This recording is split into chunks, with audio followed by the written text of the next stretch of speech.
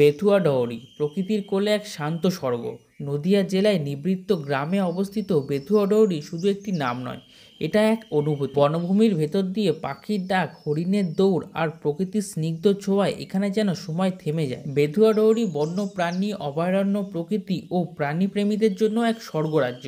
এখানে সকালে শুরু হয় পাখির কিচিরমিচিরে আর শেষ হয় সূর্যাস্তের সোনালি আলোয়। So hello guys, welcome back to my YouTube channel. আরও একটা নতুন ভিডিওতে তোমাদের সকলকে স্বাগত জানাই। আজ সকাল সকাল দমদম পৌঁছে সেখান থেকে ট্রেন চেঞ্জ করে কৃষ্ণনগর লোকাল ট্রেনে উঠে এখানের ফেমাস ডালপুরি খেয়ে আবারও রওনা দিলাম বেথুয়া ডহরির উদ্দেশ্যে।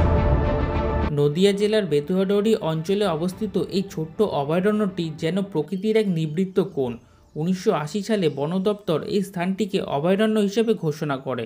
আয়তনে খুব বড় নয়, কিন্তু এর ভেতরে জীবন, বন, প্রাণী আর নিরাপত্তার এক অন্যরকম অনুভূতি পাওয়া যায়। এই অভয়ারণ্যটি মূলত সেগুন, আকাশমণি, শিশু, শাল, কাঁঠাল, আম ও বাবলার মতন গাছপালায় ভরা।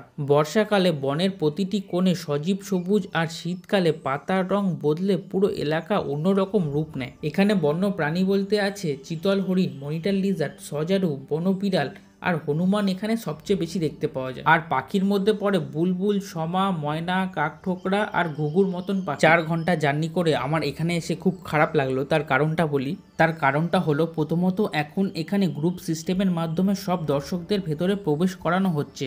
তুমি একা আসলেও যা, আর 5 জনকে নিয়ে আসলেও তাই, অর্থাৎ তোমাদের সকলকে একসঙ্গেই ভেতরে প্রবেশ করতে হবে। দ্বিতীয়ত, তোমরা যত সকালেই আসো না কেন এখানে 1 ঘন্টার বেশি ঘুরতে পারবে। আমি তাও ভাবলাম যে আমি 1 ঘন্টার মধ্যে ঘুরে বেরিয়ে আসবো, কিন্তু তাও হলো না।